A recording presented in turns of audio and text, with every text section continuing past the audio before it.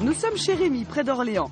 Notre hôte ne travaille ni dans un cirque ni dans un zoo, il n'est pas dresseur non plus, c'est un simple particulier, l'un des seuls en France à posséder des fauves comme animaux de compagnie. Allez, viens vite. Ouais, c'est bien ma belle. Hop, hop, hop. 9 fauves qui vivent dans le jardin de Rémi, 8 tigres et une lionne. Quand je dis aux gens qu'il y a des tigres derrière chez moi, ils sont un peu surpris et surtout ils me croient pas, quoi. Même apprivoisés, ces animaux restent puissants et imprévisibles. Rémi est le seul à pouvoir pénétrer dans leur enclos, leur territoire.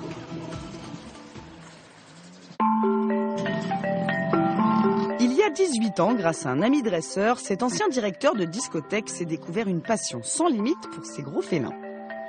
Ce qui me plaît, c'est leur beauté, leur façon de se comporter, et puis la férocité de ces animaux aussi, c'est magnifique, quoi. Quand ils s'énervent, c'est grandiose, mais très dangereux.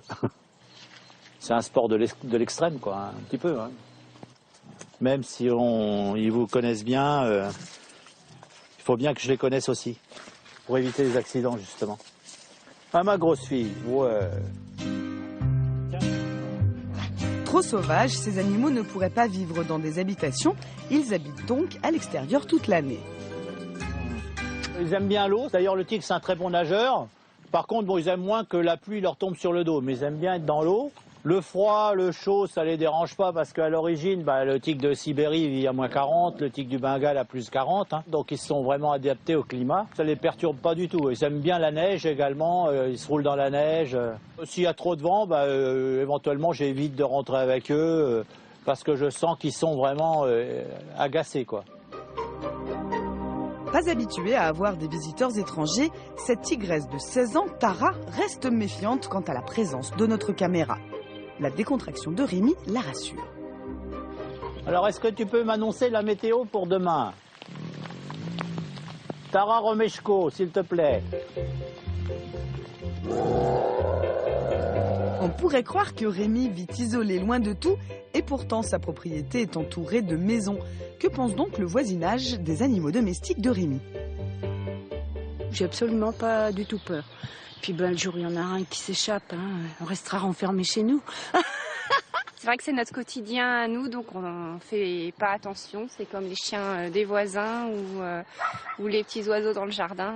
Ça fait beaucoup de bruit, surtout la nuit, c'est assez surprenant. Là, surtout au printemps, on commence à les entendre un petit peu en début de nuit. Au printemps, quand le soleil est de retour et que les températures sont plus douces, les animaux de Rémi ont plus d'énergie. Les enclos sont parfaitement sécurisés, aucun risque d'évasion. Il existe cependant quelques consignes de sécurité si vous vous retrouvez un jour face à un félin. Pour leur faire face, levez les bras, criez, si vous avez un bâton à proximité, le prendre, les effrayer, quoi, en avançant sur eux. Bon, c'est facile à dire, mais c'est pas forcément facile à faire. Mais là, vous avez une chance de survivre. Si vous courez, vous êtes mort à 100%. Quoi.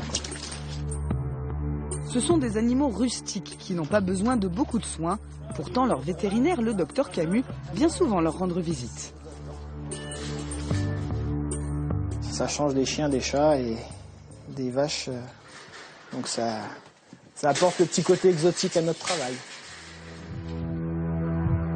Pour Rémi, avoir des félins, ce n'est pas une extravagance. Aujourd'hui, il ne reste plus que 3200 tigres en liberté dans le monde. Ils sont en voie d'extinction. Pour lui et le docteur Camus, la captivité est le seul moyen de préserver l'espèce.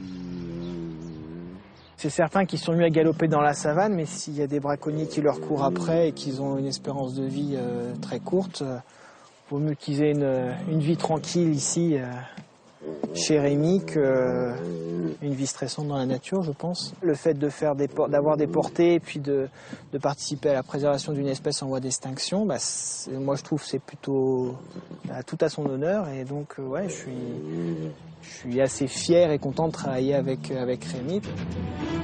Posséder des animaux sauvages dans sa maison n'est pas à la portée de tous. Si vous êtes tenté par une telle aventure, voici la marche à suivre.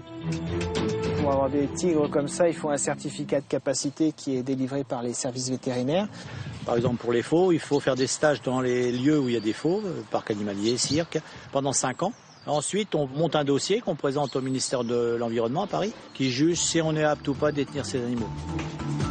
Pour Rémi, aucun accident à déplorer en 18 ans. C'est une réelle responsabilité. Il en va de sa propre sécurité, de celle de ses voisins et bien sûr de celle des fauves. Ouais, c'est très rigoureux hein, pour avoir un animal comme ça chez soi. Heureusement. Alors sans parler de tigre, mais si vous aussi vous souhaitez rapporter un animal exotique de l'étranger, bien sachez que les seuls animaux autorisés sont les oiseaux ou encore les reptiles. Pour les animaux plus sauvages, il faudra leur faire passer absolument un contrôle vétérinaire à l'aéroport. Voilà.